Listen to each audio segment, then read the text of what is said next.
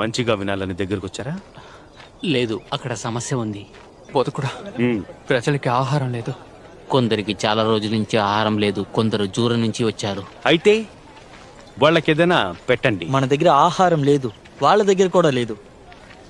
ఇప్పుడు వాళ్ళని ఇంటికి పంపించాలా? సరే, ఇప్పుడు వాళ్ళు బాగా అలసిపోయి ఆకలితో ఉన్నారు. వాళ్ళను పంపించేస్తే కళ్ళు తిరిగి పడిపోతారు.